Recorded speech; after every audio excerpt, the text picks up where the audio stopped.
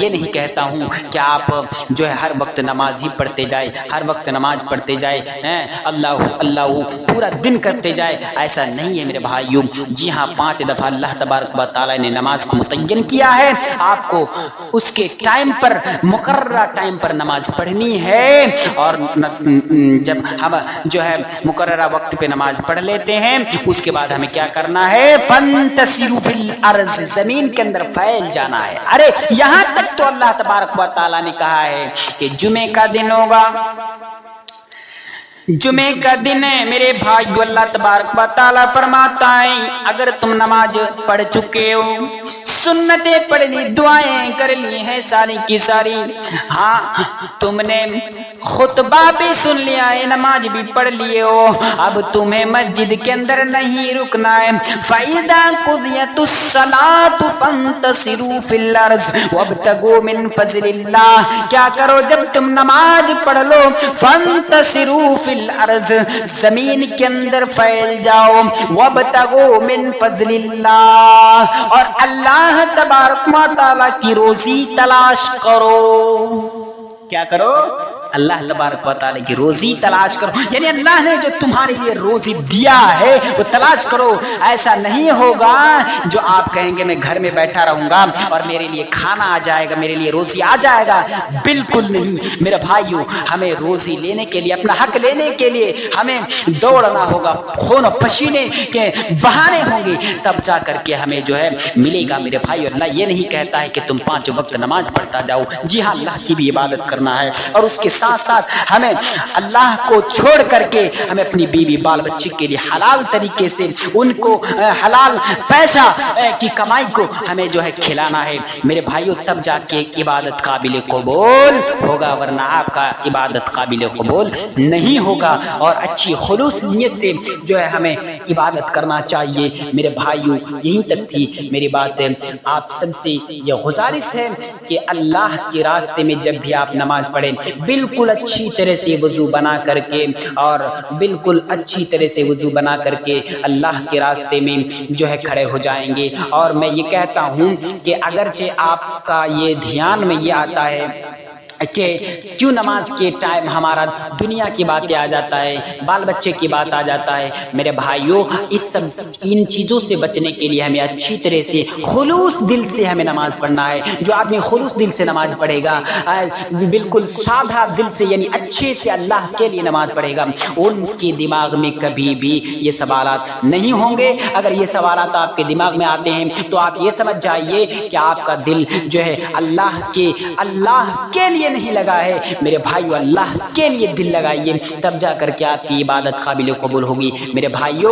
یہ تھی سوالات، اور ہمیں عبادت صرف اللہ کی کرنی ہے، بیوی بال بچوں کو اچھی طرح سے کھلانا ہے۔ اللہ تبارک و تعالی سے دعا ہے اے رب العالمین ہم سب مسلمانوں کو اچھے خلوص دل سے نماز پڑھنے کی توفیق عطا فرما، آمین۔ وآخر دعوانا ان الحمدللہ رب العالمین، والسلام علیکم ورحمۃ اللہ وبرکاتہ۔